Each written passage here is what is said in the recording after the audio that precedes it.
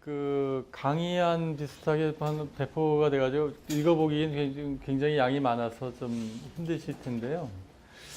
별다른 내용은 사실은 없고 이게 제가 그 헌법 관련된 부분을 평소 연구하는 그런 연구자는 아닙니다. 그러니까 다만 제가 사회복지, 사회정책 관련된 부분에서 괜히 그 참여연대에서 94년 그 박원순 변호사한테 엮여가지고 그 활동한 일에 사회정책 복지만 주로 20여 년을 활동하면서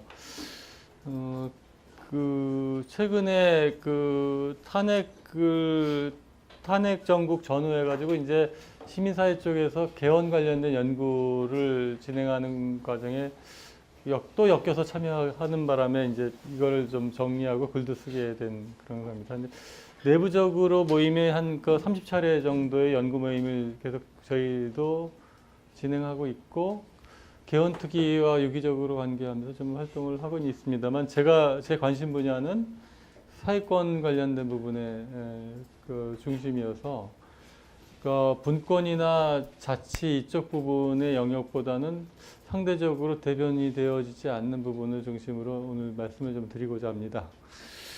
저는 어떤 부분을 좀 먼저 말씀드리고자 하면은 지금 그 87년 헌법체제 이후에 경제사회가 어떻게 변화했는지를 우리가 서로 역사적으로 경험적으로 이제 우리가 아는 부분이 있고 저희 세대보다 조금 좀 더 젊으신 분들의 경우에는 자료를 통해서 이제 경험하시게 되는 그런 부분이 있을 것 같은데 저희보다 시니어이신 세대분들이 여기 분위기보다 조금 연배가 많이 있으신 분들이 몇 분 계시는데 이분들은 저희 무슨 아주 그 사연이 많은 그 집단 사건의 당사자분들이신데 이렇게 찾아가지고 저를 찾아서 오셨는지 정의당을 찾아서 오신 거죠? 그죠? 네, 정의당. 그래서 강의를 같이 들으시는데 이분들은 특이하게 사실은 광화문의 촛불 전국에 주도적으로 참여하셨던 태극기 팀이 아니라 광화문 팀이셨던 특이한 그런 분들이십니다.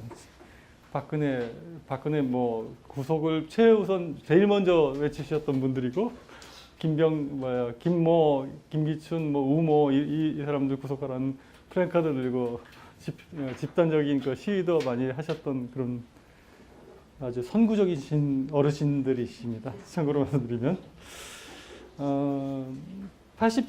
일단 헌법을 생각할 때 입헌주의가 뭔지 헌법이 뭔지를 우리가 좀 생각해 볼 필요가 있을 것 같습니다. 헌법은 일상에서 사실은 우리하고는 좀 너무나 동떨어진 그 무엇으로만 생각할 수 있는 그런 거였었던 것 같아요. 그런데 박근혜 전 대통령이 사회적으로 헌법에 관한 그 학습을 시켜주신 굉장히 중요한 계기를 마련해 주셨고 그게 헌법이 국민들의 레벨로 내려오게 된 일반 시민들의 눈높이로 이제 내려올 수 있게 된 결정적인 기여를 했던 역설적으로 기여를 해주신 그런 부분이 좀 있는 것 같습니다. 그런 의미에서 우리가 현재 개헌을 논의할 때 권력구조 관련된 그 정치권을 중심으로 한 개헌 논의에 일정 부분 문제의식을 갖고 계셨기 때문에 아마 정의당도 지금 그 캐치프레이즈가 불평등을 넘어 정의로운 대한민국을 하시고 계시는 것 같은데 그거에 관한 본질적인 부분들이 과연 권력구조의 개편에 관한 것이냐 아니면 국민들의 삶과 직결한 평등에 관한 문제의 것이냐에 관한 것들을 이제 아마 고민하시고 있는 거 아닌가 싶습니다. 정의당 차원에서도 그리고 당원 여러분들이 차원에서도 아마 그런 생각을 하실 것 같습니다.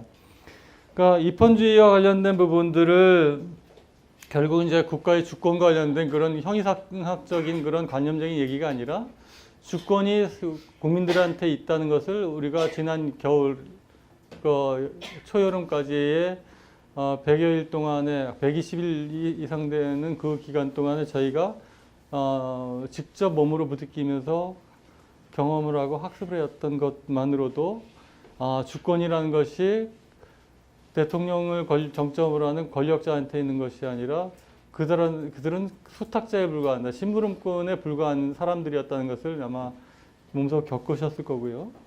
그거를 고상한 헌법재판소의 탄핵 결정문을 통해서 여러 가지 그 수식이 돼 있지만 결국은 이 모든 것들을 그 맡긴 심부름꾼이 제대로 일을 못했을 때 실질적인 권력의 담지자인 그 시민들이 나섰을 때 어떻게 되는지 이 부분을 좀 보여준 그런 역사적 경험이었었던 것 같습니다. 그래서 그럼에도 불구하고 이제 거기서 이제 논의되었던 부분은 대통령 권력을 정점으로 한 세계적으로 보기 드문 그 권력의 집중, 그거에 대해서 어떻게 분권할 것인가에 관한 주요 정당을 중심으로 한 권력 그 분장, 더 심하게 얘기하면 주요 제정파 세력들 간에 어떻게 국가 권력을 나눠 먹을 것인가에 관한 그 칼 들고 이제 포크와 칼 들고 이제 나누기 위한 개헌 논의가 주류적으로 전개되고 일부는 야합하는 현상까지도 일부 좀 여러분들이 보셨을 것 같고요. 그 지난 그 대선 직전까지 이루어졌던 이상한 모습들을 아마 목도했을 거고 그것 때문에 많은 시민사회 쪽에서도 우려를 하면서 개헌에 관한 고민을 카운터파트 역할을 하면서 고민을 하면서 공부를 많은 집단들이 해왔었던 것으로 보여집니다.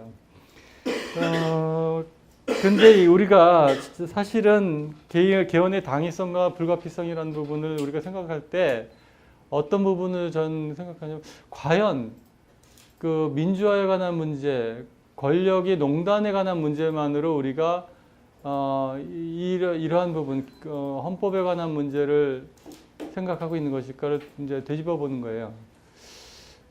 전에는 안 그랬는데 87년 무렵에 이렇게 돌이켜 이렇게 보면 그 당시 개헌 국면에서 요새는 저희도 뭐 전 연수원 그때 1년차 때 6.29 상황에서 저희도 뭐 영동에서 자주 나가고 그러게 농땡이도 치고 많이 좀 했었던 연판 정도 돌리고 그런 멤버 중에 하나였습니다만 그때 당시에는 어떤 식으로 대학을 나오건 고등학교를 나오건 뭐라든 간에 잘 생각해 보시면 완전 고용, 소위 단군 일의 최고의 호황이라고 하던 그 삼조호황이로 표현하는 뭐 등등의 그 제일 잘 나가던 피크 시절에 경제적인 국면에서는 최고의 시절을 보내던 그런 거고 완전 고용 상태였다고 봐도 뭐 과언이 없었겠죠. 그 당시에 무슨 비정규직 단어 자체 없었던 그 시절이었던 것 같고요. 거기에 보면은 거기서의 그래서 시대적 과제는 시대적 과제라고 표현하면 너무 정치적이고 헌법이라는 것은 사실은 복잡하게 생각하지 않는 게 좋을 것 같습니다. 일종의 계약입니다, 계약.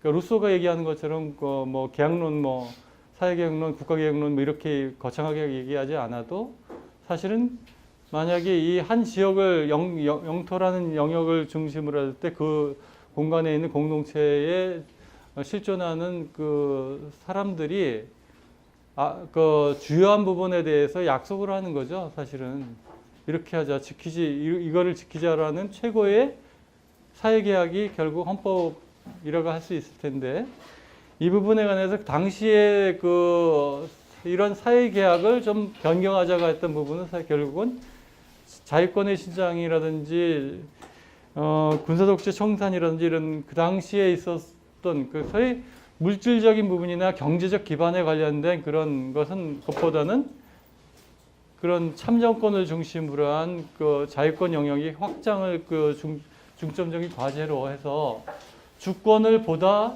국민들한테 가져오게 하는 그런 영역을 중심으로 개헌 논의가 이루어졌던 것으로 보여집니다. 그런데 거꾸로 생각해 보면 그 87년 체제하고 지금 현재 30년이 지난 현재의 시점을 이렇게 비교해 보면 냉정하게 따져 보면 우리가 기성세대 분들, 저희 세대보다 조금 위 세대 분들이 이런 얘기예요. 박정희 향수에 대한 그 많은 그 향수 그때가 좋았다는 표현을 많이 합니다. 근데 굉장히 그 젊은 세대 분들은 그거에 대해서 굉장히 비판하는 의식을 많이 갖고 있거든요. 저 꼰대들 헛소리한다고 그러는데 저는 그 표현이 굉장히 많이 공감이 가는 부분이에요. 물론 그게 박정희 체제가 그걸 주어진 거냐, 그건 그렇게 표현하는 게 아니라 박정희 체제의 그 시대에 경제 사회적인 그런 토대들이 국민의 그 실질적인 삶과 관련된 자유권적 영역은 옥죄어지지만 생존에 관련된 영역에서의 그 고단한 삶과 관련된 부분, 현재 우리가 직면한 거는 아주 물적 토대가 달랐다. 그 부분을 가지고 과거의 향수를 아마 생각하시는 것 같다. 그래서 새로운 기존 그 청년 세대, 우리보다 상대적으로 젊은 세대와 저희를 터닝 포인트라서 그 윗세대 분들이 정서가 다른 거는 어찌 보면 너무나 당연한 겁니다. 왜냐하면 삶의 그 경험, 그 몸으로 직접 부딪혀서 살아왔던 기반 자체에서 체득했던 그의 그 감 자체가 다르거든요. 지금 현재가. 그러니까 왜 그렇게 됐느냐에 관해서 곰곰 생각해 보면 과거에는 사실은 우리가 시장 경제라 했지만 그 군사 독재의 그 권력에 의한 준계획 경제, 그 경제계획 개발 몇 개년, 5개년 계획 이런 식으로 해서 몇 차까지 쭉 했잖아요. 그게 말이 시장 경제지 모든 시장 가격을 통제했던 계획 경제라고 보통 평가하죠. 한국식 계획 경제라고 얘기하는데 거기서의 주된 프레임을 잘 생각해 보시면 70년대 박정희가 주도했던 경제의 프레임이 저임금 저고가,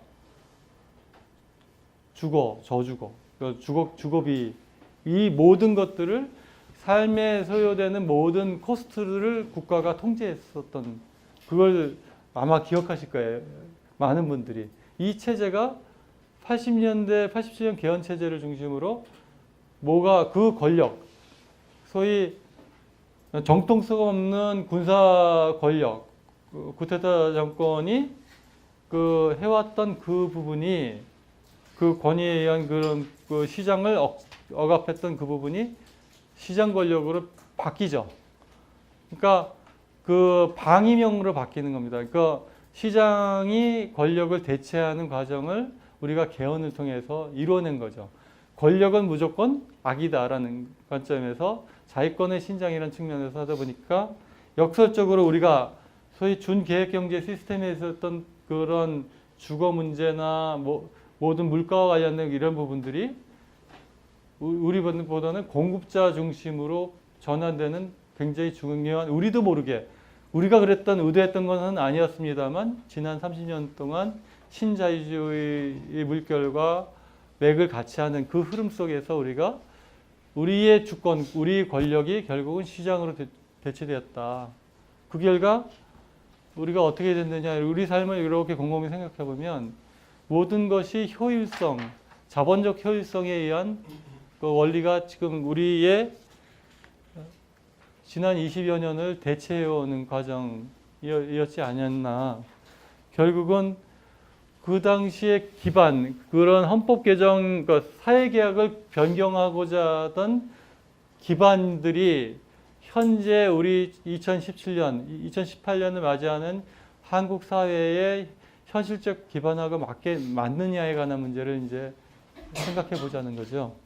그런 측면에서 보면은 어찌 보면 그 당시에는 예상하기 어려웠던 사회 현실을 우리가 지금 부딪히고 있는 거죠.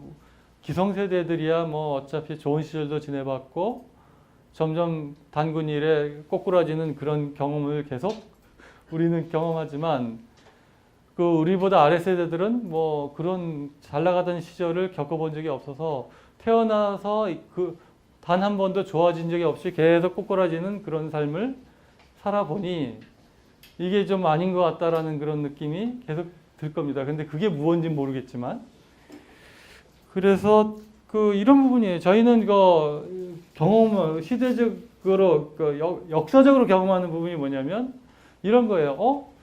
우리가 저축왕이었는데 일반 시민들 기준으로 전 세계적으로 우리가 저축률이 세계 최고였던 거는 현재 한 30대, 40대 분들은 기억 못 하실 거예요. 저희가 가계와 국민들은 아주 상대적으로 부유했는데 지금 이렇게 보면 거꾸로 생각하면 지금 가계부채가 황당한 수준이죠. 그죠? GDP를 지금 돌파하기 직전입니다. 그죠? 가계는 빚더미에 올라가지고 채무 노예 수준으로 지금 전락하고 있는데 재벌 그 부채율 500% 600% 되는 그 상상하기 어려운 수준의 뭐 빚더미의 재벌은 빚이 없죠. 그죠? 사내 유보율이 뭐 300% 심지어는 삼성전자 같은 경우는 지금 돈을 감당하기 어려운 정도의 큰 손이죠, 지금. 그러니까 금융의 큰 손이 삼성전자죠, 심하게 얘기하면. 이런 식으로 바뀌었죠. 가계는 가난해졌고 빚더미에 올랐고 재벌을 중심으로 재벌 대기업들은 거꾸로 빚을 다 정리하고 부자가 되어 있는. 참 30년 동안 많이도 바뀌었다. 그런데 국민들은 뼈 빠지게 열심히 노가다를 속쓰는 노동의 강도는 더 높아졌는데 그래도 계속 상대적으로 가난해졌다고 우리는 생각하는데 상대적으로 가난해진 게 아니라 절대적으로 가난해진 거죠. 구매력 기준으로는 실은. 거기에 더 설상가상으로 더 심한 경우는 이 부분에 관한 구조적인 문제를 야기하는 부분이 주로 부동산을 중심으로 주거, 불로소득 부분에서 더 발생하고 있고 이런 악순환과 관련된 부분들이 결국은 자산 격차와 관련된 소득 격차보다도 자산 격차를 중심으로 한 불평등을 더 심화시키는 그러한 현상. 그래서 우리 중산층들 잘 생각해 보시면 이제 우리 중산층 허구식을 찾던 80년대 말에 중산층이라는 그 자의식 같은 거 이거 지금 다 무너졌죠. 여러분들 중에서 한 자산을 그래도 한 50억에서 100억 정도 갖고 계신 분들이 아니면 본인들이 중산층이라고 생각하는 사람들이 여기 쉽지 않을 겁니다. 전에는 중산층이라고 하면 그러니까 완전 고용 체제에서 종신 고용되어지는 그거와 은퇴 후 10년 정도를 보통 이게 평균 수명과도 또 연결되긴 합니다만 그런 부분에서 지금은 그 누구도 자기가 중산층이라고 생각하는 분들이 극히 예외적인 철밥통이로 표현되는 일부 공무원 그룹과 교원 중에 좀 그래도 경력이 되는 사람들 이런 등등의 집단을 빼고는 그 누구도 본인이 중산층이라고 생각하는 사람들이 드물죠. 그런 시대에 이런저런 것들을 이렇게 보길 때 이 마찬가지로 중소기업이 그러면 저 좋아졌느냐? 맨날 저 중소기업에 관한 상생 어쩌고저쩌고 한 그걸 외친 거 20년 넘었는데 수직적 하청 분업화 현상은 더 심화되어 가지고 이제는 대기업과 중소기업 간의 수입의 분배율 자체도 더 심각하게 왜곡되어 있는 건 여러분들 잘 아실 거고 역설적으로 노동소득 분배율 관련된 그렇다고 해서 노동자들의 집단적인 권리는 항상 되었음에도 불구하고 자본 대비 노동소득의 분배율은 또 악화되어 있죠. 민노총, 한노총의 집단적인 그런 사회적인 파워는 세졌지만 그거보다 더 세진 것이 시장이기 때문에 그러겠죠.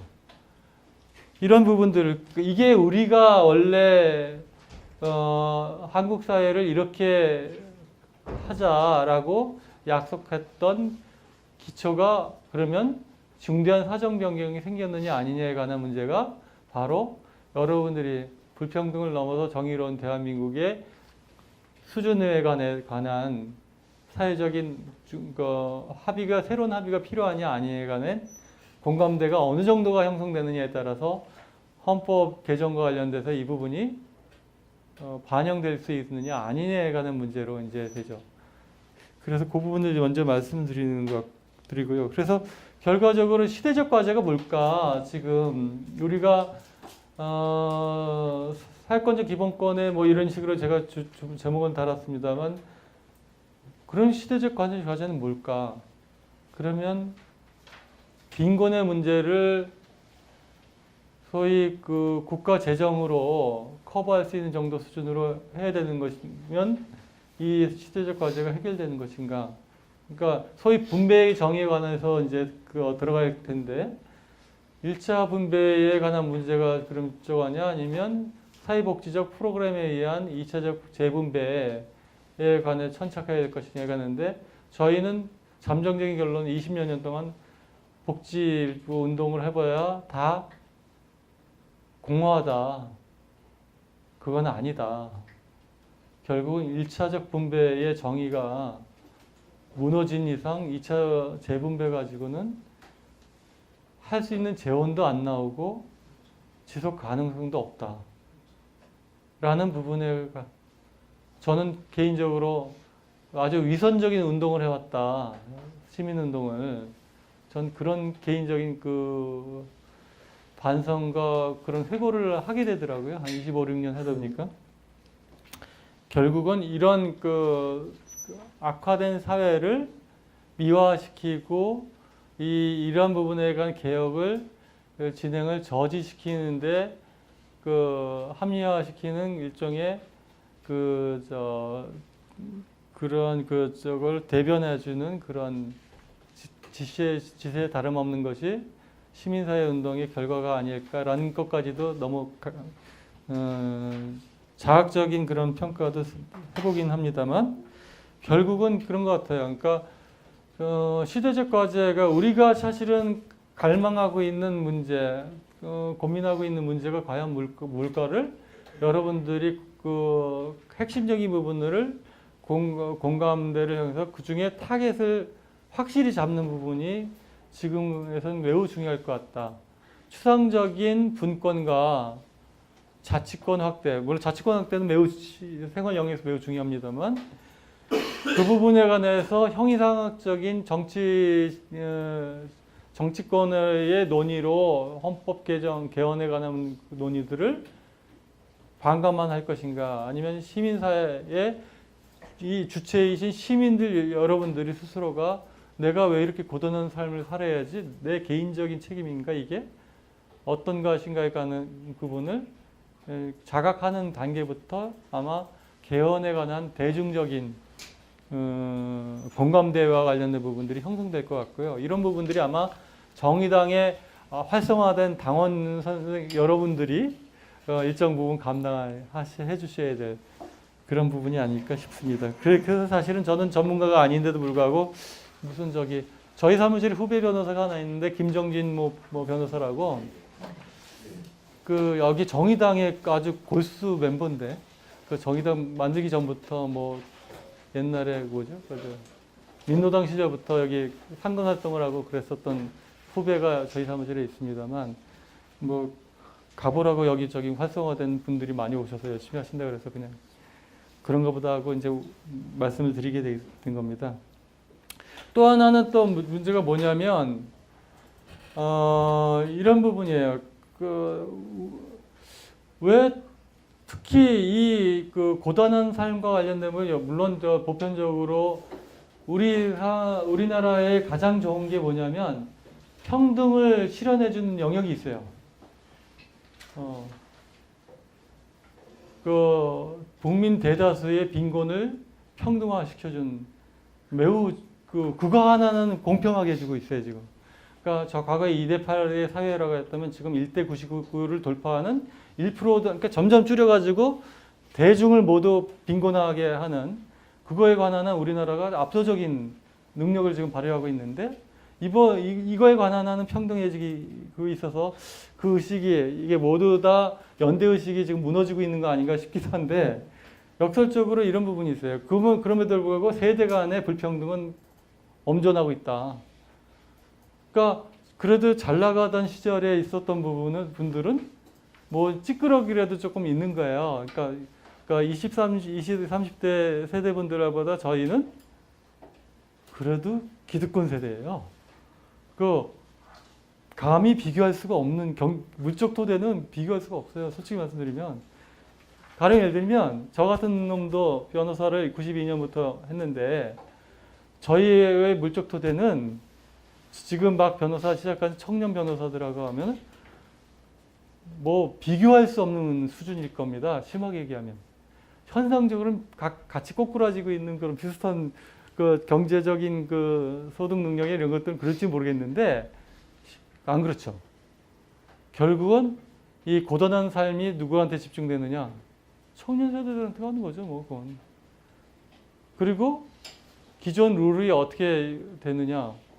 기존 세대들 중심으로 결정되어지겠죠. 그러니까 사회 정책에 관한 문제도 결국은 어찌 보면 똑같은 그 힘의 논리들이 이제 작동되는 거 아니냐. 대단히 외람된 말씀입니다만 어르신 세대들 관련된 복지 부분이 더 그 배분이 더 될 수밖에 없는 것이고 청년 세대들은 당연히 최하순위로 밀려나는 너무나 당연하다든지 이렇게 되어지는 이런 부분들이 이제 생기죠. 그러다 보니까 어떤 부분이냐면 그에 대한 피드백이 오고 있죠. 이런 세상에 우리가 뭐 M4 세대, 3포, 뭐 5포, 7포, 뭐 M4 뭐 이렇게 그러던데 실제로 생각해 보세요. 그건 상식과 보편에 관한 그러니까 저기 그 문제인 것 같아요. 무슨 얘기냐면 우리 때야 속된 말로 저기 뭐 우린 기관총을 난사한 애들도 대학 졸업 못해도 다 취업됐어요. 우리 때는 그 메이저 대학 안 나와도 돼요. 무슨 메이저예요? 지방 어딜 나와도 잘 생각해 보세요. 전문대 어딜 나와도 다 취업됐어요. 그리고 지금쯤이면 다 버젓이 상당한 재력을 쌓고 본인들이 은퇴를 스스로 맞이할 수 있는 정도는 다 돼요. 우리 또래들을 물론 일부 낙오된 사람들이 있겠지만 그런데 우리 아래 세대를 생각해 보세요. 우리가 당장 저희 애가 이제 26살짜리 있고 뭐인데 저 같은 경우에는 논외를 하더라도 그런 거 어렵다고 하면 위선의 극치인 정도의 표현이니까 전 그 논외를 하고 주변에 이렇게 보면 웬만한 거 자기 집 한 채 갖고 있고 중산층을 생각하는 사람들도 이제 자식 하나 결혼시키면서 분가시킬 때 기둥뿌리 하나씩 뽑아야 되거든요.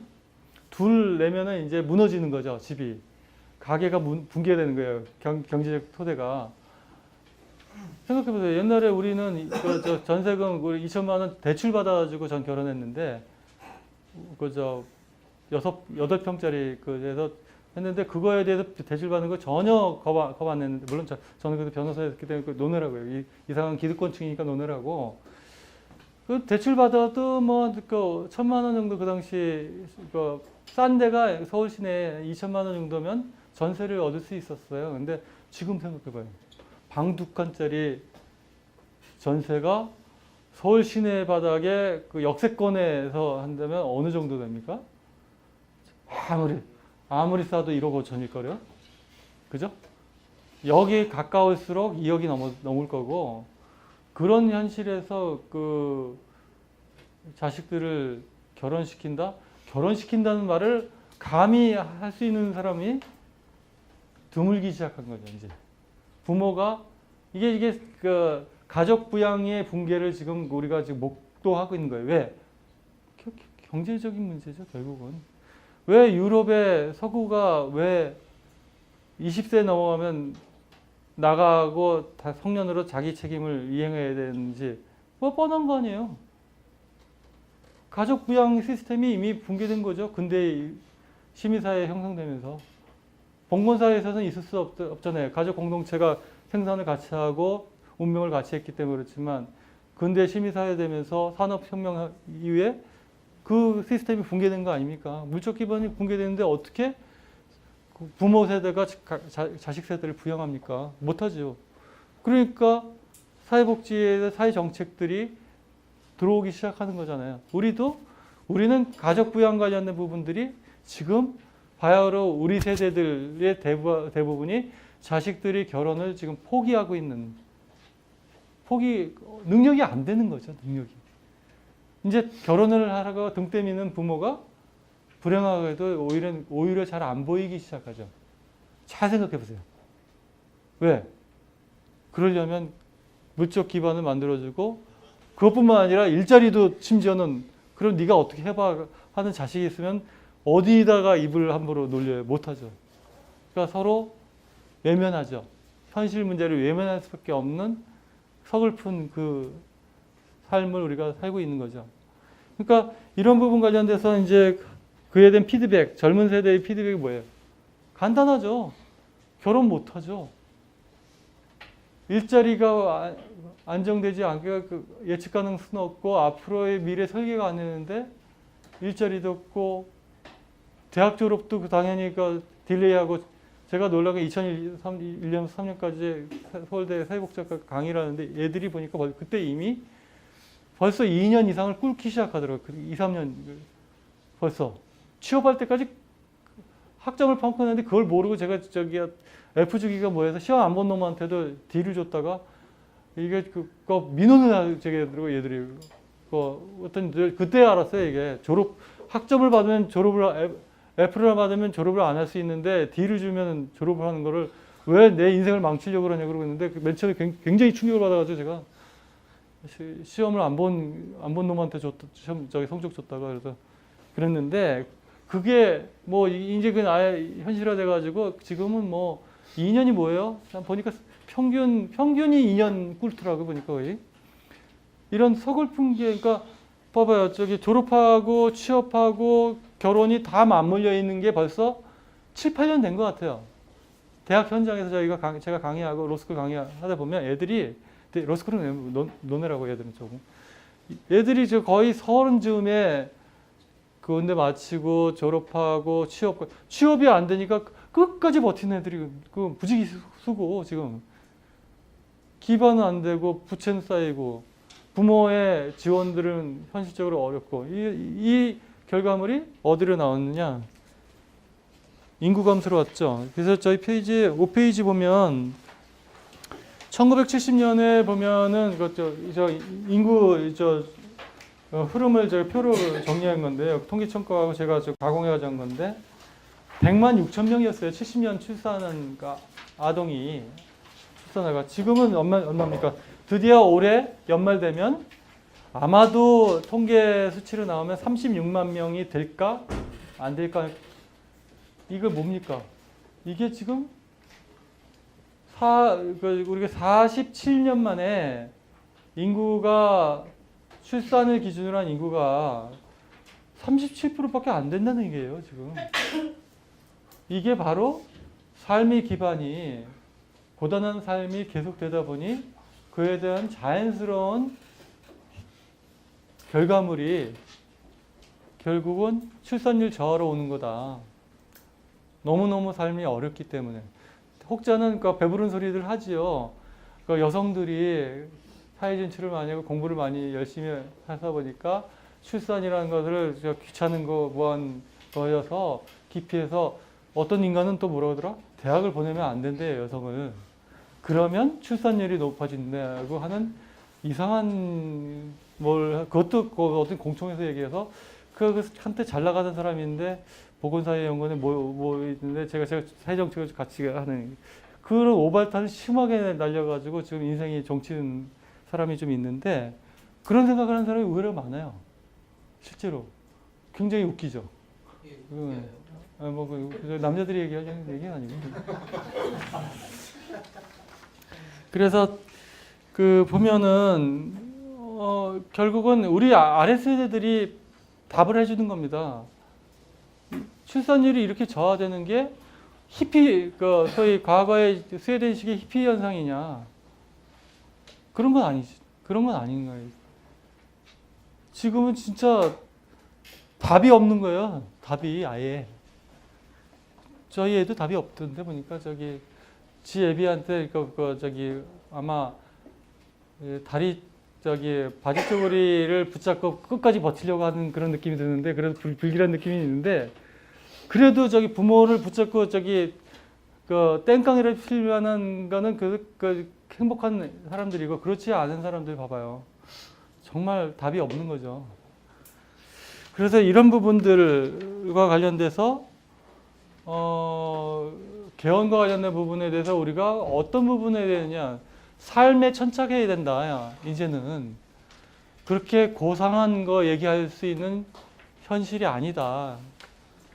삶의 각 제 영역에 있어서의 삶의 부분을 우리 사회가 어떻게 왜곡되는지, 왜곡의 결과물이 결국은 국가의 공동체의 전체의 공적 영역에서 해소해야 될 부분인지 개인적 영역에서 해소될 부분인지를 공동체 모두가 질문하고 답해야 될 때다. 그게 우리의 개헌에 있어서 우리가 개헌은 전 안 될 거라고 보는데 이 개헌의 국면에 있어서 우리가 학습해야 될 굉장히 중요한 주권자로서 우리가 해야 될 시대적 소명이다. 이 학습은. 그리고 그 과정에서 개헌이 실패하더라도 우리가 만들어야 될 사회가 어때야 되는지는 각자가 서로 다른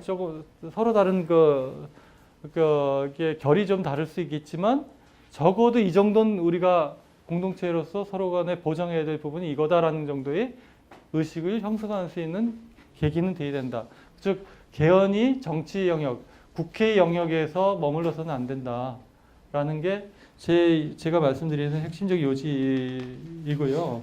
그래서 두 번째 관련된 영역에 관련된 삶의 지표 관련된 부분은 한번 참고로 보시면 되는데요. 그림 하나만 이거 이해하시면 될 것 같아요. 가령 예를 들면 그림이 생애주기 위해 삶의 질 주요 지표 이거 서울시에서 한 건데 보기만 하면 열이 받죠. 이거 부분 답이 없는데 답이 없다는 얘기예요. 이게 사실은 지금 한국 사회 현실이 그 지표가 지금 다 얘기해줘요. 출산율은 제일 낮은 이게 이제 결국 결과물이죠. 이게 지금 출산율이 제일 낮은 건 제일 먼저 넣은 게 아니라 제일 끝에 나와야 되는데 고등교육률은 해봐야 꽝이라는 거고요. 그죠? 이제 대학 진학률이 이제 조만간 다음 단계로 답을 줄 것 같습니다. 대학 나와봐야 소용없다는 것을 스카이서부터 이제 보여주기 시작하고 있잖아요. 지금 제가 서울대 강의하고 보니까 실질 취업률이 50%가 채 안 되는 것 같던데 지금 보니까 서울대 애들도 문과는 지금 초토화됐어요. 지금 사실은 문과 애들은 맨날 한쪽 트랙은 CPA 보고 공인회계사요. 발에 차 있는 게 공인회계사고 자격증은 쓸 것도 없는데 그걸 해야지 그 금융이나 이쪽에 하는 스펙으로서 작용하는 거죠. 일종의. 그죠? 일종의 자격증으로 취업하기 위한 자격증으로 그 짓을 2, 3년을 또 인생을 낭비해야 되는 서글픈 인생들이 지금 청년 세대들이고 문과에 하나는 안 되니까 로스쿨이죠. 뭐. 이 거지 같은 세상과 관련된 부분들이 이 지표상으로 쭉 나오는 거죠.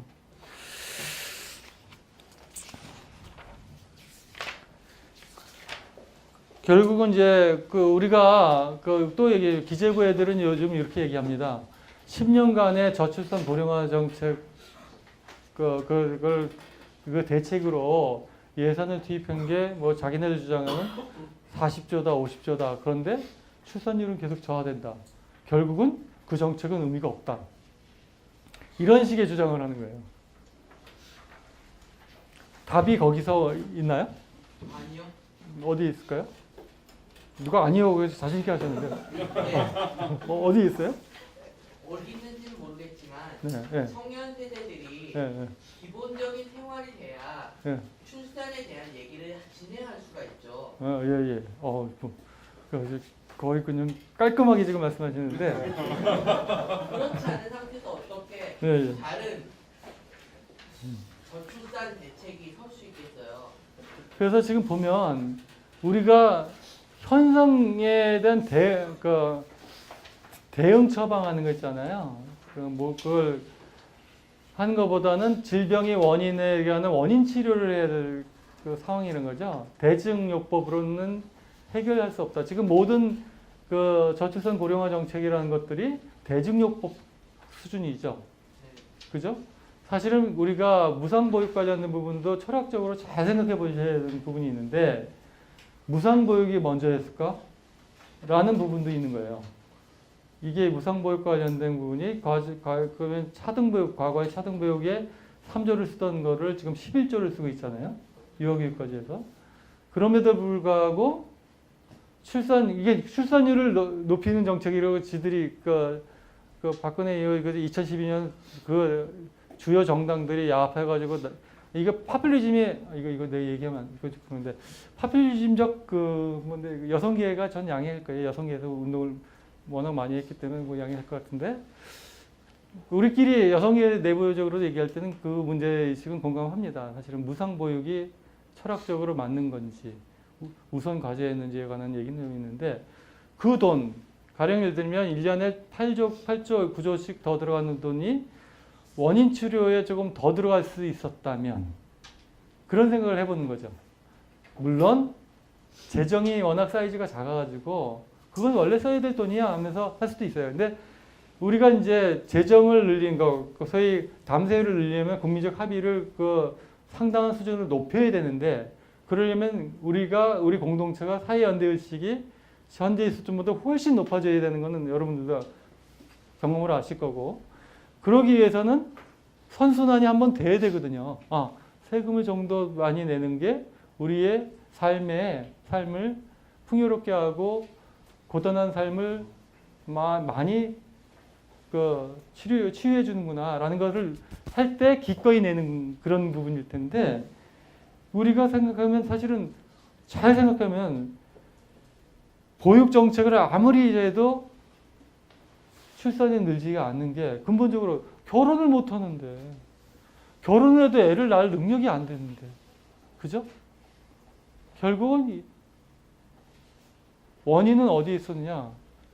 분배에 관련된 그 삶에 필요한 주거를 중심으로 한 그런 부분, 유한제에 관해서 우리가 원인 치료가 안 된 상태에서 현상적으로 결혼한 사람들 이후에 그 사람들에 관한 애들이 출산이 되면 그러니까 선택받은 집단들이 된 거예요. 심하게 얘기하면 지금 아이를 낳으실 수 있는 분들은 그나마 선택받은 분들이에요. 대단히 서글픈 현실이지만 아니면 사고를 쳐가지고 감당할 수 없는 정도의 그런 상황이 됐거나 뭐 둘 중에 하나겠죠. 근데 보편적으로는 서글픈 현실이지만 능력이 있는 사람들에 대한 복지가 돼버린 겁니다. 너무 극단적인 그 판단인지 모르겠습니다만 그런 현상들이 자꾸만 더 심화되고 있는 것 같습니다. 그러니까 결국은 결혼할 수 있게 해줘야죠.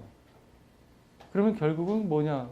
1차 분배 정의를 세워야 되는 부분인데 그 부분은 정말 시장이 권력을 쥐고 있는 이 상태에서 쉽지 않은 과제이죠. 또 하나는 우리가 생활에 관한 가장 큰 우리 한국 사회의 독특한 특성일 수 있는데 이런 5천만 이상의 이런 큰 국가 땅은 작더라도 5천만 정도 되면 세계 10몇 위 안에 드는 큰 국가에선 있기 어려운 엄청난 주거비. 이 부분을 문제를 해결해 주지 않으면 되겠습니까? 가령 예를 들면 우리 92년, 93년에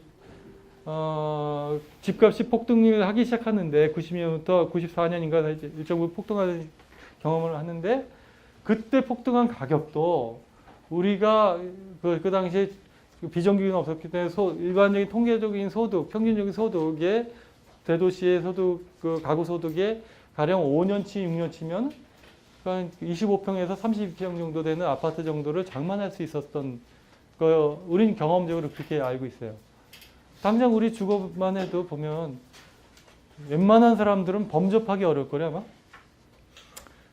근데 제가 흑석동 중앙대 목표 다니면서 거기 흑석동 근처에 아파트 하나 전세를 내줄까 하면서 봤더니 32평 전세가 얼마일 것 같습니까? 7억. 네. 7억이요, 7억. 네. 뭐, 될 수는 있겠죠. 될 수는 있겠는데, 여튼 간에, 그래서 서울 시내 웬만한 거기 역세권도 아니에요. 저기 산동네 무슨, 옛날에 거들떠 보지도 않던 그런 동네가 지금 6, 7억 막 하죠. 그죠? 이런 데서 그 원룸을 그래서 찾아보면 원룸은 전세 안 주죠. 월세하죠. 그 미니멈 50만 원. 그죠? 50만 원 아래는 있긴 있더라고요. 반지하. 그 저기 햇빛 안 들어오는 쪽에 30만 원짜리도 제가 봤어요. 거기 봤는데 그쪽엔 넣을 수가 없어서 저도 전세를 뭐 해줬는데 그런 거예요. 아니 이거 어떻게 결혼해요? 우리 자식 세대 여기 보면 50대 분들이 제가 잘못 찍었다고 용을 바가지 먹겠는데 여기 선생님이 지금 50대 저하고 비슷한 세대일 것 같은데 그렇게 늙어 보이나요? 제가 늙었나요? 제가 83학번입니다. 참고로 용띠입니다. 근데 안 되는 거예요, 안 되는 거. 그래서 이 부분 관련해서 그래서 주거 관련된 자료는 한번 읽어보시면 이게 얼마나 악화됐는지가 저는 아주 단순해요. 제 젊을 때로 주거와 관련된 부분은 주거의 정의가 세워진다고 한다면 적어도 우리 세대와 우리 아래 세대가 적어도 실질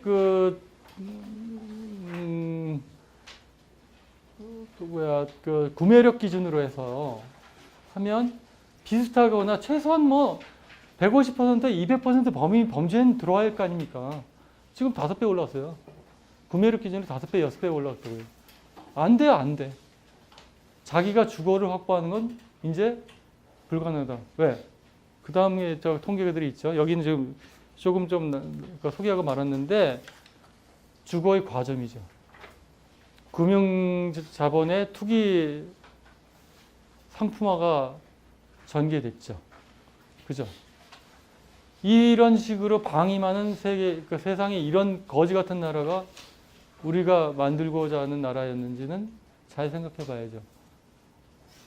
그걸 부동산 투기라는 이런 식으로 표현하는 거는 제가 볼 때 굉장히 과분한 표현인 것 같고 나의 공동체의 다른 성원의 삶을 기회를 빼앗는 아주 약탈적인 가증스러운 반사회적 범죄라고 생각합니다. 저희는.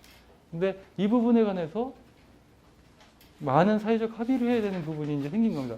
과거에 독재 권력이 이거를 막았어요. 국가 권력이 80년 체제와 달리 그 당시 80년 체제 이전에는 국가 권력이 부동산 투기, 주택을 중심으로 부동산 투기를 강력하게 규제했어요. 그리고 분양가를 국가가 통제했죠. 그게 해체된 게 IMF 때 김영삼 정부 말기서부터 원가 연동제 들어오면서 해체하는 과정을 겪었는데 시장이 완전히 주택을 뭐라고 했냐면 그냥 상품, 일반 상품으로 바꿔버린 거죠. 그죠? 그리고 자본 있는 애들과 레버리지 투자를 하는 애들이 이 시장을 지금 실질적으로 1가구 1주택이 지금 60%도 안 됩니다. 통계적으로. 다주택자들이 지금 과점을 하면서 다수의 폭력을 청년 계층을 중심으로 애들한테 퍼붓고 있는 꼴입니다. 심하게 얘기하면. 세대 간의 폭력이 지금 자행되고 있는 부분이 부동산 부분이다라고 저는 개인적으로 생각하고 있습니다. 자, 건강에 관한 문제. 이것 또한 우리가 이런 거예요. 우리가 피상적으로 생각할 때 우리나라의 의료보험, 건강보험은 매우 비교적 잘 되어 있는 거 맞아요. 그런데 우리의 보편적인 중산층 중심을 우리 삶에 있어서 그럼에도 불구하고 우리는 가구 소득 대비 의료비 부담의 증가율이 매우 높습니다. 감당하기 어려운 수준에 이제 점점 다가가고 있는데 이 부분이 우리 사회에 굉장한 심각한 문제를 지금 야기하고 있는 부분이고 이게 보장성 강화니 현 정부의 비급여를 예비급여 해가지고 보장성을 놓친다. 그렇게 해서 해결될 수 있는 문제를 지금 넘어서고 있는 단계다. 건강에 관한 문제가.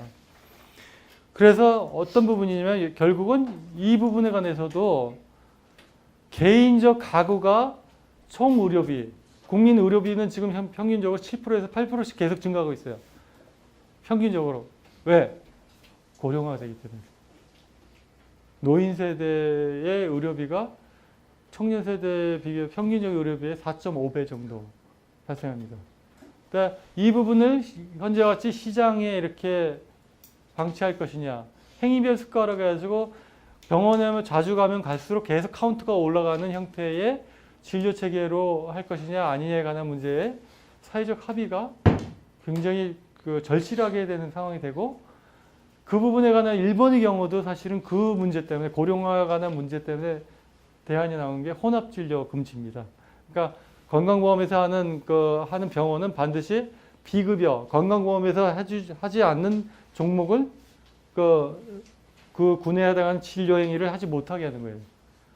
그러면 나가서 하라는 거예요. 건강보험 밖에서 하라는 게 혼합진료 금지 제도인데 일본은 그렇게 하면서 그거 가지고도 안 되니까 재정을 투입해서 의료비 전체 재정이 차지하는 국가 세금으로 직접 하는 거, 건강보험료 말고 세금으로 직접 커버하는 게 벌써 40%가 넘어가 있습니다. 일본의 경우. 시장화되어 있다고 우리가 생각하지만 일본의 경우에 고령화에서 어쩔 수 없이 보수 정권이어도 그걸 감당해 내고 있는 거죠. 우리는 국가 재정이 차지하는 비중은 그 건강보험 증진부담금, 담배세 그거까지 합해가지고 지금 사실은 14%밖에 안 돼요. 지금 가야 될 게 일본식의 모델을 따른다 하더라도 우리가 향후 10년 내에 감당해야 될 세금으로 떼어야 될 부분들이 일본식 기준으로 하면 26%포인트 정도의 저거고 이 부분에 관한 증세에 관한 과제가 있는 겁니다. 이제 가게가 부담할 능력을 넘어서는 부분을 세금으로 일본은 떼우고 있는 거예요, 지금. 우리도 현재 그거를 잔머리 굴려서 유시민 시절에는 뭐를 했냐면 민간 의료보험을 열심히 도입해 주셨죠. 그죠? 금융시장 활성화 관점에서 했죠. 참 간악한 그 정책이었을지도 모릅니다. 그건 사실은. 노무현 정부 때 공과 과도 있지만 사회정책과 관련된 부분에서 계약된 게 너무나 많기 때문에 그 부분에 대해서는 아마 역사적으로 다시 한번 평가돼야 될 부분이 많이 있다. 그 부분 한번 잘 생각해 보실 부분이 있습니다. 그래서 이런 부분들에 관한 개헌 관련된 것들에 관한 것들이 바로 어디와 연결되느냐. 그래서 이제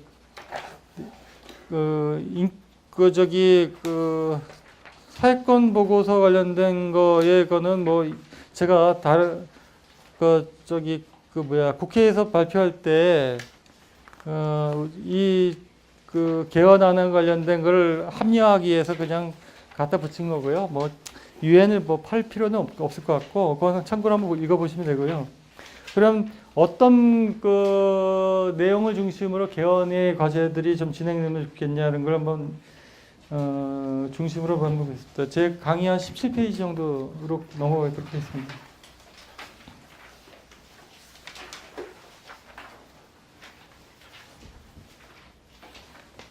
일단 그 한국 사회, 그러니까 일종 사회계획 헌법을 사회계약으로 본다면 일종의 계약의 전문에 해당하는 것이 헌법 전문이에요. 우리 계약 이렇게 하는데 기본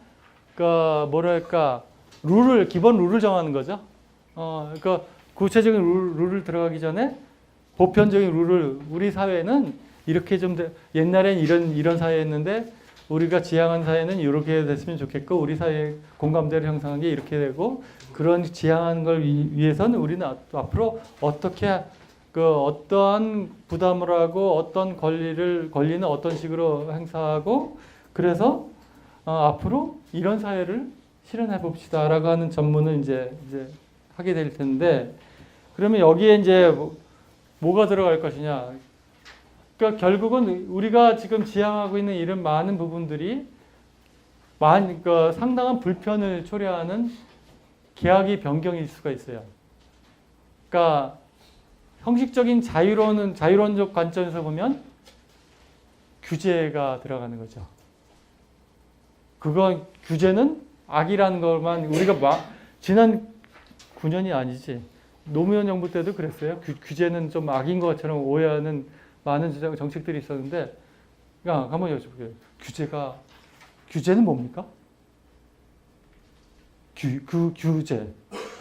굉장히 사회악처럼 우리가 뇌리 속에 계속 박혀가지고 그랬는데, 뭐 누구는 전봇대라고 뽑아야 된다고 그러고, 누구는 뭐라고 그러고, 그러더라고. 집권자마다 표현하는 게 좀 달랐는데, 규제가 뭐예요? 규제가 뭐라고 생각하십니까? 자유시장 경제에 맡기지 않고 네. 정부에서 어떤 아니 아니 단어 자체의 뜻이 뭐냐고요? 규율과 제도예요. 그냥 규율과 제도라고요. 그건 중립적인 거예요. 그냥 규제는 원래 거기에다가 더 씌운 거예요.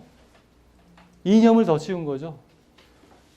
규율과 제도가 뭐 잘못됐어요?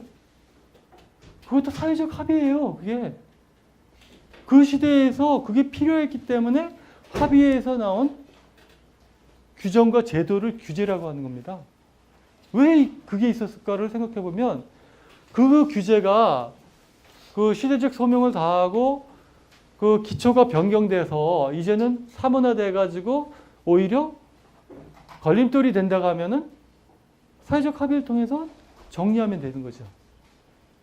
그죠? 근데 누가 규제가 악이라고 단정하냐면 우리가 권한을 너 몇 년 동안 일해 열심히 일해줘 우리를 위해서 하여튼 대리인한테 이렇게 좀 맡겼더니 그 대리인이 주인하고 관계없이 이건 이거는 악이고 이건 악이고 이건 아니고 다 뽑아 이런 걸 열심히 다 해온 겁니다. 과거에 그게 군사정부 시절의 규제건 어떻든 간에 그게 우리 삶과 국민들이 직접적인 삶과 연결되어 있는 그 규제 부분에 대해서는 만약에 그걸 폐지하려고 했으면 국민들의 동의를 받았어야 되는 거예요. 그 규제를 다 어떻게 뽑았냐면 행정입법을 국회의 법률도 아니고 행정입법을 통해서 다 드러냈죠. 어떤 거는 보건의료 쪽은 가이드라인 뭐 이상한 아니 무슨 하느님 정도 수준으로 하죠. 국회도 필요 없어요. 박근혜 정부, 이명박 정부 시절에는 뭐 가이드라인들이 흥행해가지고 행정 독재국가 비슷한 거를 뭐 8, 9년 동안 했더니 여러분들도 국회가 뭐를 하는지 국회 국회 사태가 그 한나라당 그때 그 콩가루가 되던 그 시절에 잘 생각해 보시면 유시민 의원이 얘기한 게 공자님 말씀이거든요. 저게 바른 말 한 번 했다가 결국 민주화되는 그 세상을 다 만들어줘서 좋긴 좋은데 그 시절 잘 생각해 보세요. 그 입법을 해야 될 거를 왜 행정 입법을 해가지고 국회의 권한을 침해하냐는 거였어요. 그 원론적인 얘기를 잘 하거든요. 그냥 막 맞거든요.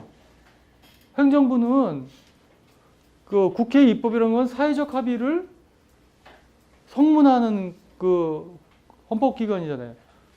사회적 합의를 담아가지고 법률로 만들려고 그러는데 사회적 합의라고 주장할 수 있는 놈은 없어요. 행정부에는. 그 누구도 수권을 못 받았어요. 우리 국민들이 그렇게 부여한 게 아니에요. 근데 지가 하는 거예요. 그냥. 이거 독재 아닌가요? 예? 이거 행정부 독재 아닌가요? 그거는 그렇게 하시고요. 그 다음에 이 부분 관련된 것들을 우리가 그 개헌하는 과정에서 또 하나의 관점을 제가 말씀드리는 게 규제는 항상 악인가 라는 부분인데 그러니까 일정한 필요한 국민의 삶과 직결되는 소위 평등과 관련된 부분 기회 평등에 관한 문제가 아니라 우리가 아마 지향한 사회는 이 정도 되는 것 같아요. 기회 평등과 결과적 평등의 중간 그 어디 정도 되는 것 같습니다. 사실은 그게 거기에서 조금 더 가면 결과적 평등에 점점 가까워지는 그런 사회가 될 수 있고 근데 거기까지 한국 사회가 거기까지 가려면 어림도 없을 것 같지만 그 중간 어디쯤 될 거고 그래서 거기에 정신은 결국 뭐냐면 미니멈 개런티에 관한 문제가 있죠. 국민생활 최저선이 될지 그걸 국민 기본선이라는 개념이 될지 뭔지 모르겠습니다만 적어도 우리가 생존 경쟁의 룰을 할 때 우리가 여러분 카드 같은 거 쳐보니 요즘은 제가 20년 카드 친 지가 오래돼가지고 지금 감이 오는데 올인이 돼도 개평을 주는 거잖아요 원래 그죠? 그러니까 사회적 룰이 있잖아요. 그냥 우리가 10만 원 가지고 카드 들여다 우리가 올인했어요 누가 다 털렸어요. 그러면 거기에 마이너스에도 탕감을 다 해주고 그 다음에 교통비라도 하라고 보통 30% 정도 주거든요. 우리 옛날에 그랬는데 많이 따먹지 않기 위해서. 전 사실은 노무현 대통령을 카드 치던 멤버인데 저는 노통은 그걸 카드를 개평 안 받고 바람처럼 사라지는 그 유명한 그 분이었거든요. 저희 그 후배 변호사들 그랬는데 그게 멋이었나 봐요. 그 양반은 멋이었나 본데 그거예요. 바로 그러니까 자유주의적인 관점. 그 자유주의 관점이 노무현 정부의 그 상당 부분 관철되어 있는 부분입니다. 노통이 그랬거든요. 개인적인 능력에 따라서 삶이 바뀐다고 생각하는 자신감에 충만했던 분이었기 때문에 저희는 그게 아니라 그런 시대는 낭만주의 시대는 이제 다 끝났다. 일정 부분 개런티해야 되는 사회가 된 거예요. 완전한 패자도 완전한 승자도 없는 일정 부분을 그럼 개런티를 할 것인데 어느 정도 개런티를 할 것이냐. 그거에 관한 부분이 더불어 잘 사는 평등하고 이런 정도의 개념이 이제는 헌법적으로 사회계약적으로 들어와야 되는 그 시대가 된 것 같다. 이 부분에 관해서 가면은 더 심하게 나면 이거 빨갱이다 뭐 좌경 뭐 어쩌저쩌고 이렇게 나오겠지만 그게 아니라 우리가 우익에서도 이게 기본소득이에요. 왜? 그 사회의 지속 가능성이 불확실하게 되는 그 문제. 가장 그 자본이건 어떤 간에 확실성, 지속 가능성에 관한 그걸 리스크를 해칭하는 걸 원해요. 불확실한 사회를 누구도 원하지 않기 때문에 자본의 관점이건 노동의 관점이건 간에 그 리스크를 확정하고 그 부분의 리스크를 분산하는 것을 삶에 있어서도 공동체적 삶에 있어서도 적용하고자 하지요. 그렇기 때문에 걔네들의 경우에 오스트리아나 이런 쪽에서 보면 보수 정권이 집권하면서 거꾸로 기본소득을 적용하고 스웨덴도 사실은 사회당 정권이 기본소득 얘기하는 게 아니고 보수 쪽에서 얘기하는 거죠. 잘 보시면 기본소득 주창론자는 소위 진보 쪽보다는 보수 쪽이 백그라운드를 많이 갖고 있습니다. 근데 그런 부분들을 관련해서 이게 꼭 더불어 잘 사는 평등 뭐 이런 개념이 꼭 진보의 아젠다는 아니라는 겁니다. 돈을 더 벌고 자기들 나름대로 가치를 거기에 지향하는 사람들이라도 왜? 생각해봐요. 적자 생존을 하게 되면 지금 1%만 가처분할 수 있는 그러니까 자기가 하고 싶은 소비 다 하고 할 수 있는 수준이 이제 1% 정도로 지금 수렴하고 있는데 소비 능력이 없는 거죠. 대중이 지금 국내 유효 수요가 지금 다운사이징 되고 있어서 국내 경제 자족적 경제의 기반들이 지금 무너지고 있잖아요. 결국 빈부격차의 확대로 인한 부작용이긴 한데 대중이 지금 소비를 못 하는데 여기서 뭐 지들이 돈을 그러니까 계속 부적절한 표현입니다만 계속적으로 이렇게 경제적으로 자기네들이 초과 이익을 계속 가져가야 더 이상 가져갈 수 없는 제로에 수렴하는 과정에 지금 가고 있는 거죠. 아니 좀 키워서 먹어야 할 거 아니에요. 속된 말로. 그죠?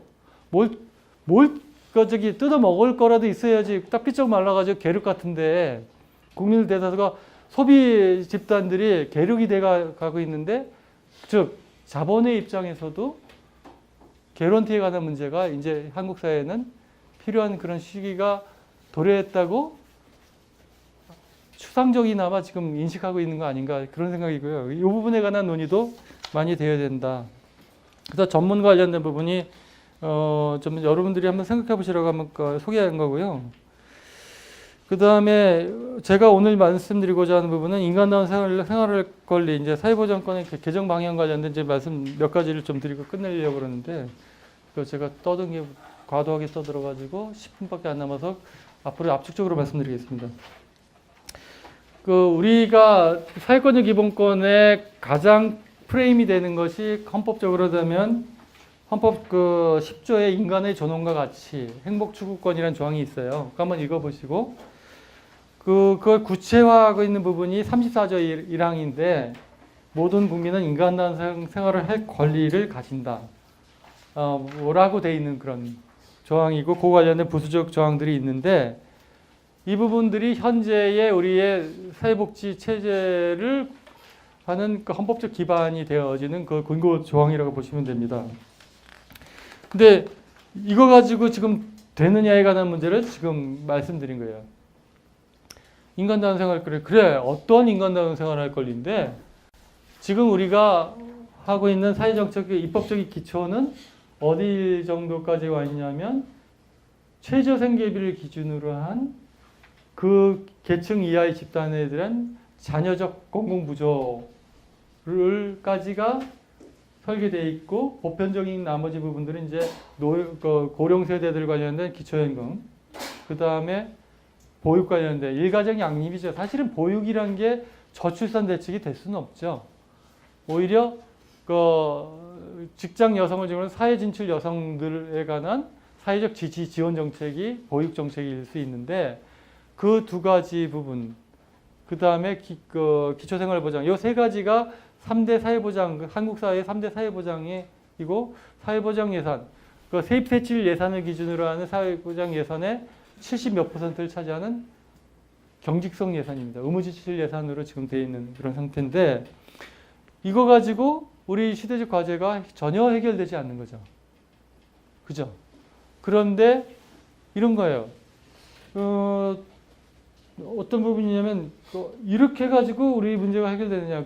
우리 과제가 아까 말씀드린 대로 이 사회의 지속 가능성을 담보하기 위한 가장 시대적 과제, 모든 세대를 아우르는 부분이 주거와 관련된 부분이 하나가 있을 것 같고요.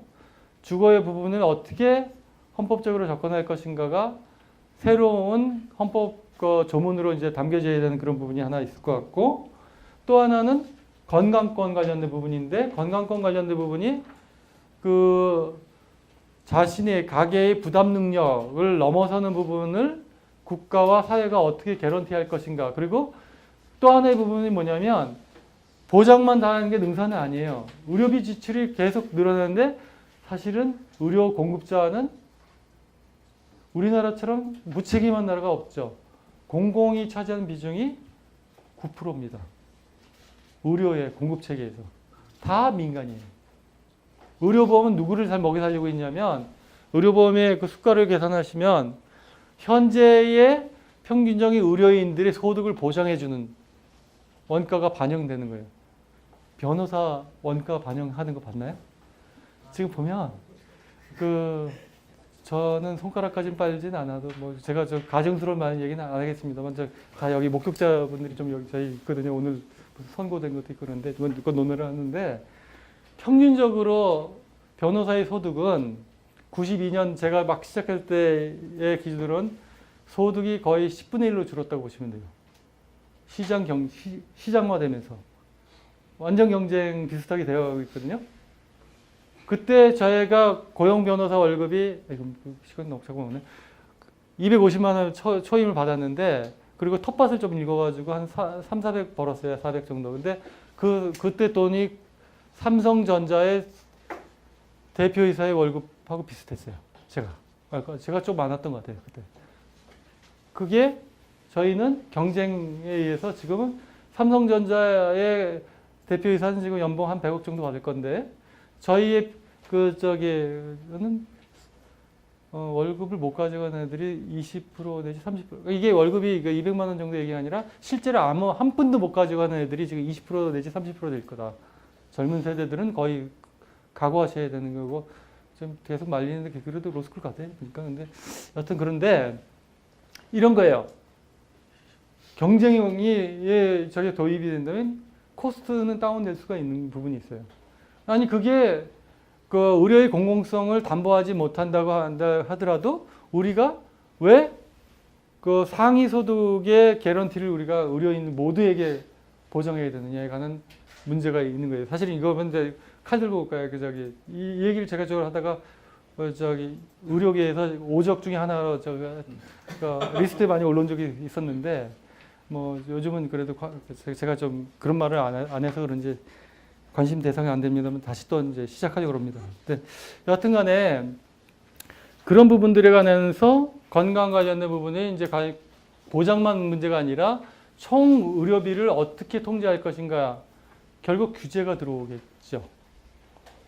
의료인들 관련돼서 사실은 그 사람들을 자유를 주고, 국가가 정의로운 국가라면 어떻게 되냐면 공공이 책임져야 줄 걸 책임져야 주는 시스템으로 바꿔야죠. 그 시장화된 미국도 공공의 의료 공급 체계가 35%예요. 우리가 9%입니다. 전 세계에 이런 나라 없어요. 잘 생각해보죠. 그리고 그걸 준공영제 비슷한 거야. 그냥 국민들의 돈에서 계속 나가는 거예요. 이거는. 우리가 고용한 우리의 공복들이, 그런 의사들이 직접 우리를 돌보는 시대. 적어도 전체 공급체계의 3분의 1 정도 수준은 국가와 공공이 책임지는, 그렇게 되면 코스트, 의료비 총 비용을 억제할 수 있고, 굳이 의료인들을 우리가 먹여 살릴 수 있는 그런 수가 체계를 가질 필요도 없죠. 실은.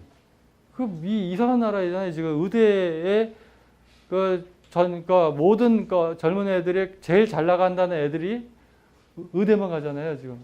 그 미래도 내가 제가 볼 때 암담한데, 사실은 암담한 게 한두 가지가 아닙니다만 10년 안으로 고려장이 될 가능성이 높아 보이는데 여하튼 가잖아요. 불나방처럼.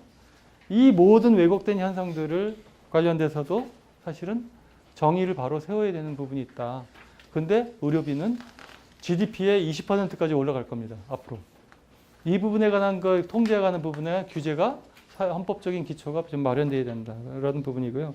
그래서 34조를 어떻게 할 것이냐. 뭐 사회보장기본법에 공전인 말씀 뭐 이런 거 많이 들어있는데 그건 자료를 읽어보시면 되고요. 제가 지금 시간이 없으니까 몇 가지만 좀 말씀드리면, 헌법 조문에 사회연대의 정신 관련된 부분이 좀 들어갔으면 좋겠다. 그러니까 20페이지에 보면 1항은 그대로 하더라도, 그러니까 기본권의 주체를 뭐 국민이냐 사람이냐 이런 것들에 관한 거는 한번 읽어보시고요. 그러니까 줄거리만 좀 말씀드리고 끝내고자 합니다만,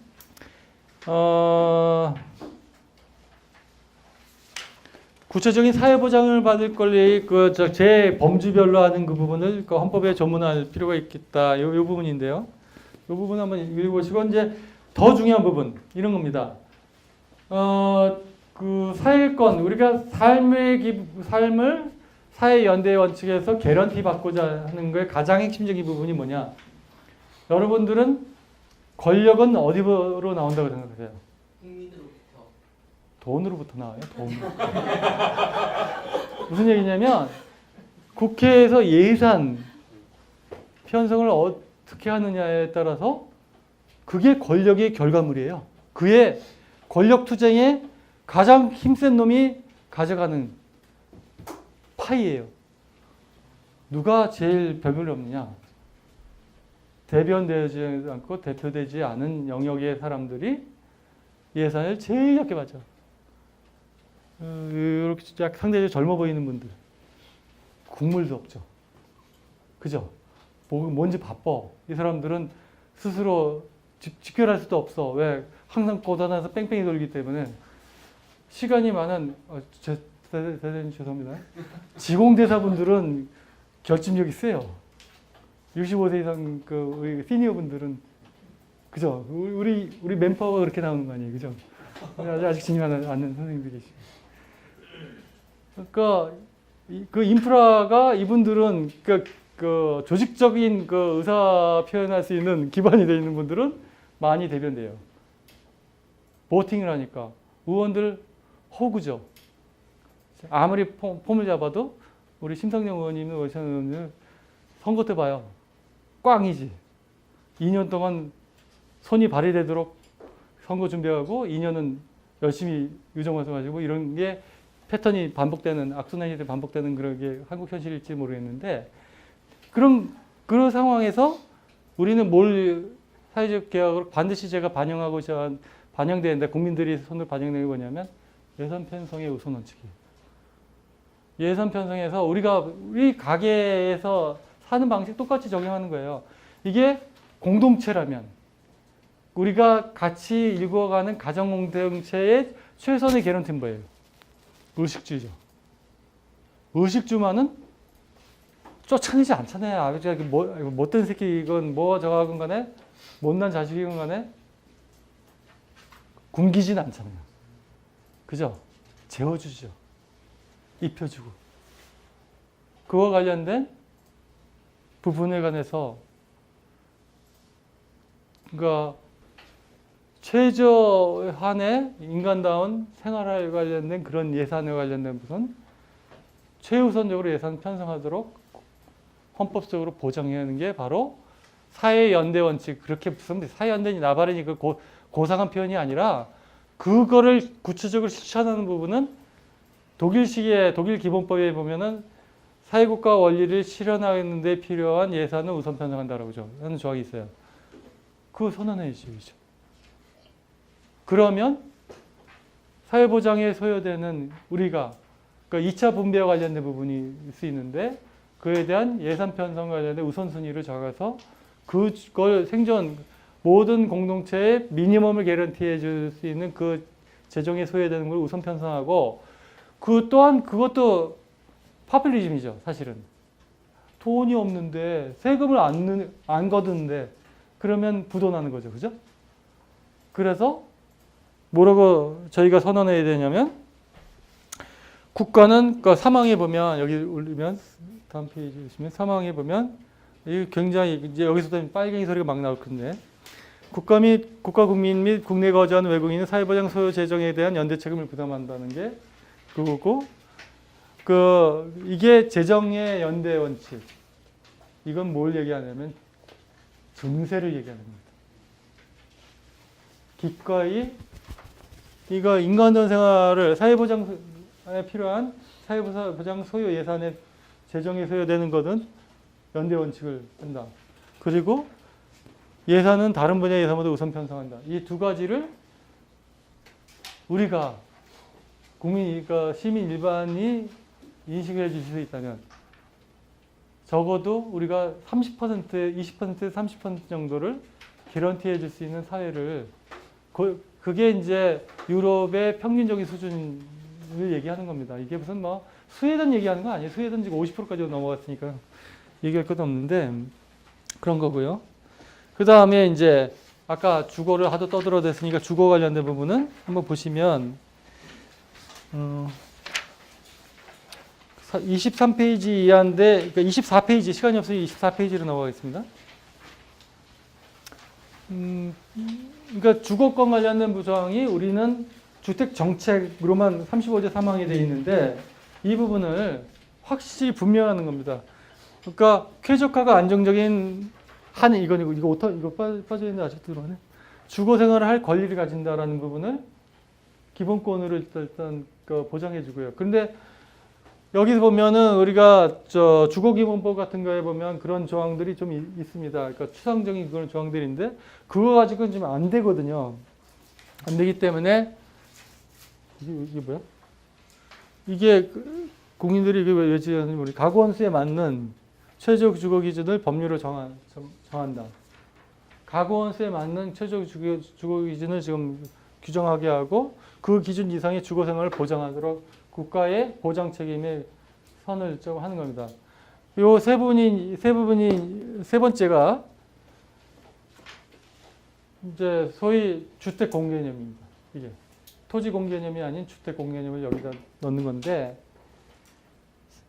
실거주 수요자가 소유하는 것은 원칙. 이게 경자유전과 비슷한 실거주 소유라는 걸 원칙으로 하고 다주택 보유자에 대해서는 사실은 성격 같아서는 금지 조항을 넣고 싶은데 그게 자유주의 국가의 어쩌고 국채에 반한다는 헛소리 같은 이걸 듣기 싫으니까 보유 및 양도 등 이전 시 중과세 간접적 규제를 헌법에 넣자는 정도의 아주 비굴한 타협적인 그런 정도 수준의 내용입니다. 제 성깔 같으면 그냥 금지입니다. 사실은. 그 다음에 또 보면 주거 공개념의 사회보장 수급권으로서 주거 수급권 관련된 조항이 이제 공공에 대한 권리인데 부분이 뭐냐면 또 하나 부분이 임대와 관련된 거는 임대료를 실비 조건으로 그러니까 일정 규모 이하 주택이라는 거는 뭐냐면 보통 우리 국민주택 규모를 할지 그거는 이제 법률로 이제 수권을 하고요. 그 부분에 관해서는 실비 이하의 주택, 주거비가 소요되는 주택을 공급할 하도록 강제하는 겁니다. 이건 국가 지방자치단이 그렇게 하도록 하고, 그럼 민간은 그럼 어떻게 하냐? 민간이 지금 임대시장이 워낙 강한 크기 때문에 민간주택 소유자의 경우에는 이런 거를 유도하는 거예요. 만약에 이렇게 이거에 따라서 임대를 할 경우에는 세제에 관해서 중과세 예외를 주는 정도로, 이것도 사실은 성민이 같으면 더 심하게 원래 초반에는 더 심하게 썼는데, 감론을박하고 개량적인 참여연대의 많은 헌법학자, 경제학자들의 수정주의 관점을 도입해가지고 이건 타협한 거고요. 이거는 뭐 그런 거고요. 전 이런 건 생리에 안 맞기 때문에. 그 다음에 주거 빈곤층을 비롯한 주거 취약계층에 대해서 법률이 정한 바에 따라 생계비 대비 주거비 부담이 최소화됐어요. 그러니까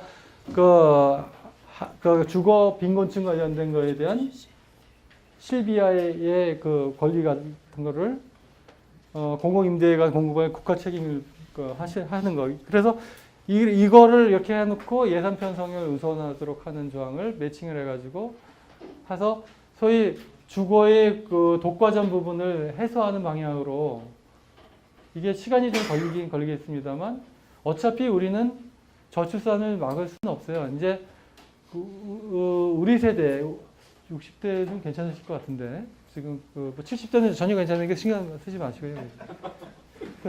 우리 저희 어르신들은 신경 안 쓰셔도 되고, 저기 사장님 조금 신경 써야 될 것 같아요. 그런데 그런 부분이에요. 아마 어차피 저희 세대들은 사회보장이 일정 부분 단절이 될지도 몰라요. 경활 인구가 지금 올해부터 줄고 있거든요. 2022년부터는 절대 인구가 감소할 겁니다. 그런데 이 현장은 어디서 하냐면, 제가 교육청에 무슨 자문위원으로 활동하고 있어서 심각하게 많이 보는데, 초등학교 교실을 보면 알아요. 평균 학교 학생 수를 보면 기하급수적으로 지금 떨어지고 있어요. 초등학교만. 이제 그게 중학교까지 올라가 있고, 고등학교에서도 지금 그 현상들이 나타나는데, 1교실 2교사제 뭐 이런, 저희는 그 교육하는데 좀 한가한 말씀 많이 하신다고, 지금 그거보다 더 급한 거 많지 않냐고 볼 때가 토드락거리면서 서로 논쟁한 적이 있었는데, 여튼 그 현실에서 일정 부분 누군가는 사회보장의 단절을 겪어야 할 건데, 꼴을 보니까 저희 세대예요. 딱 계산해 보니까 그 저출산의 데미지를 온전히 우리가 짊어질 게 아마 40대 후반서부터 50대 중반 정도, 한 10년을 각오를 해야 할 겁니다. 그 세대들은. 그게 잃어버린 10년이라고 표현하는데 보통 20년이거든요, 일본이. 이 일본의 저출산과 그 침체가 연결되어 있는 부분이 그 부분인데, 저출산 시기에 그게 너무 힘들어서 부동산 바블 80년대 말 90년대 초까지 이뤘을 때 사회적으로 반응했던 게 저출산이었거든요. 일본도. 그걸 극복해가는 과정입니다. 일본은. 지금 그 침체에서 지금 그러니까 U자를 해서 턴해가지고 지금 올라가고 있는 중이거든요. 출산율이 회복되고 경제 나아지고. 요게 엮여있는 그 세대들이 지금 70 전후된 일본 국민들이라고 저희는 알고 있는데, 저희는 그게 20년 후에 온 거예요. 한국은 지금. 그렇게 보시면 될 것 같고요. 그래서 이 부분 관련된 부분을 누군가가 세대 간에 타협해서 그래도 찌끄러기를 갖고 있는 우리들이 부모 세대가 무언가는 짊어져야 된다. 그런 걸 좀 말씀드린 거고요. 보건 건강권 관련된 부분은 시간이 좀 있는데, 공공의료 관련된 부분을 강조하는 것을 좀 넣어놨습니다. 아까 얘기했던 대로 9% 정도밖에 안 돼. 이 부분이 생각해 보세요. 우리가 무슨 사회주의 국가나 더 나가서 공산주의 통제 기전을 갖고 있는 국가가 아닌 한 의료인들도 할 말이 굉장히 많이 있어요. 우리가 의료인들을 비난하는 것은 일정 부분 온당치가 않아요. 일정 부분에 관해서. 왜? 걔네들은 자기의 삶이 그 소위 건강보험 시스템에 의해서 자기가 가격 결정 못하고 이 상태로 올 거라고 사실 예상하지 못했던 집단인데, 더 나아가지고 우리는 뭐냐면 모든 행위에 대해서 가격을 아주 통제적인 그 의료 시스템을 갖고 있는 거예요. 전 세계 이런 나라 사실은 없습니다. 그 거의 걔네들이 뭐냐면 공산주의라고 그래요. 의료에 관한 한국은 공산주의를 얘기하는데 일정 부분 일리가 있어요. 직업 수행의 자유를 아주 많이 침해하고 있는 부분이 있는데 왜 그러냐? 국가가 야비하기 때문입니다. 우리가 국민과 의료보험을 76년에 도입하면서 그 당시에 공공의료가 우리가 얼마 정도 됐냐면 20% 정도 됐어요. 지금 거꾸로 사회가 이렇게 발전하는데 20% 비중이었던 게 9%로 떨어졌다고요. 공공 책임성에 관한 것을 전혀 이행하는 거예요. 그리고 민간의 의대 수만 증설해가지고 의사만 드립다 생산해낸 거예요. 걔네들이 의료보험, 건강보험 시스템의 공급자 축을 온전히 감당하게 된 거예요. 그러니 맨날 건강과 보장 관련된 논의를 할 때 정부가요, 누구하고 논의합니까? 의사들하고도 논의해. 국민들은 없어. 여기 카운터파트의 대화의 상대가요, 사회적 계약이거든. 수가도 주인이 돈 내는 주인이 빠져 있다고. 공급자 중심으로 전문가라고 공익 다 공급자 쪽이에요. 그래서 여기 와서 꼰대 짓을 좀 하고 있습니다, 제가. 그래서 언제가 또 오적에 하나 또 들어갈 거, 조만간 리스트에 들어갈 것 같은데, 하여튼 그렇습니다. 그래서 이런 부분에 관한 부분에 관한 것들을 개혁해야 되는데 이 부분이 법률로 개혁할 수 있는 수준이 넘어요. 왜? 여기에는 의료계 전체의 밥그릇에 관한 부분이 있어요. 지금까지 그래도 기분 나쁘다. 니들이 왜 내 삶을 간섭하냐. 왜 내가 실력이 세계 최고 수준의 실력을 갖고 있는데 내가 이 진료하는 거에서 내가 푼돈 이거 6만 원, 7만 원 받아야겠냐. 내가 다른 데 가면 100만 원 이상씩 받는 아주 높은 퀄리티의 사람인데 감히 너희가 나를 쓰면서 이렇게 받아? 이건 난 용납할 수 없어. 이런 거에 분노 같은 게 많이 있어요. 사실은 많이 있는데 그렇게 해줘야 돼요. 사실은 해주고 나머지 부분은 공공분이 해서 공공이 주도하게 되면 시장 가격은 당연히 다운돼요. 잘난 애들은 잘난 곳에 가서 잘난 사람들 거에 대해서 비급여로 그냥 받게 하면 되는 거거든요. 건강보험에 못 들어오게 하고. 그러면 되는 거예요. 원래 이게 의료 시스템은 이래야지 정의관념이 부합되죠. 그죠? 공복이 아닌 애들한테 공복을 하라고 윽박지르는 거잖아요, 지금. 이 부분에 관한 문제가 계속 몇 년마다 한 번씩 헌법재판에 직업수행의 자유를 침해한다는 헌법재판이 주기적으로 일어나고 그거를 제가 국가 대리인을 많이 하면서 제가 의료계에 많은 안 좋은 언젠가 사심일득가 했던 놈도 있었고 어떤 애는 네가 수술할 때 네가 어떻게 잘려질지 모른다는 별의별 문자가 왔었는데 심하게 부딪힐 때 의료계가 심하게 부딪히는 그런 것도 좀 당해봤습니다만 여하튼 이런 부분들에 관한 것들이 바꿔야 될 그런 부분이 있다. 마이너한 부분들은 제가 좀 말씀드린 건 빼고요. 평등권 강화 관련된 부분 28페이지 이하는 차별 관련된 부분에 관한 평등권 관련된 부분이 이제 우리가 좀 있습니다. 그러니까 이런 부분이에요. 우리가 비정규직을 우리가 노동권 관련된 부분에 헌법정 개헌 논의를 많이 하는데 저는 그 논의도 일정 부분 차별적 관점에서 접근해야 된다고 생각하는데 어떤 부분이냐면 언젠가는 우리가 동로 동임에 관한 문제를 헌법적인 것으로 접근해야 된다. 고용 형태의 차별이 뭐니 더 나아가서 본질적으로는 왜 비정규직을 하느냐. 고용의 유연성이 여러 가지 명분을 들지만 결국은 하나가 비정규로 하는 게 코스트 다운이 되거든요. 그죠? 리스크도 줄고 비용도 적고 꼭 먹고 알 먹고고 정규직 입장에서도 본인들의 구조조정을 회피할 수 있는 눈을 딱 감고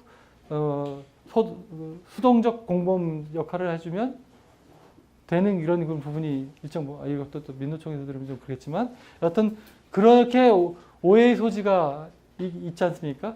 저는 많이 부딪혀봤긴 합니다만 참고로 말씀드립니다. 차별금지법을 제정하기 위해서 제가 한 4, 5년 동안 그 인권위원회에서 주책임자로 좀 활동을 했었는데 노무현 정부 때 결국은 안 됐죠.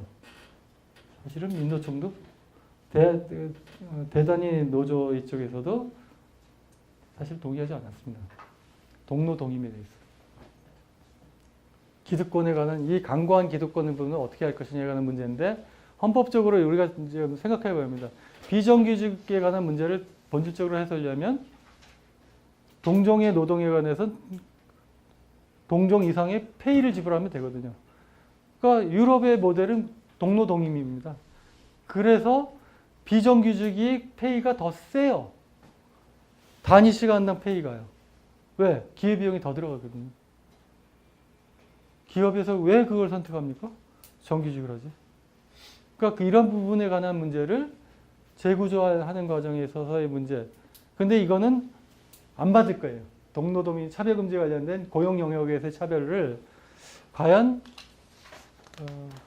노조 상위 전국 단위에서 할 수 있느냐 아마 못할 것 같은데 여하튼 이런 부분에 관한 과제들도 할 수밖에 없는 상황이 됐다. 왜?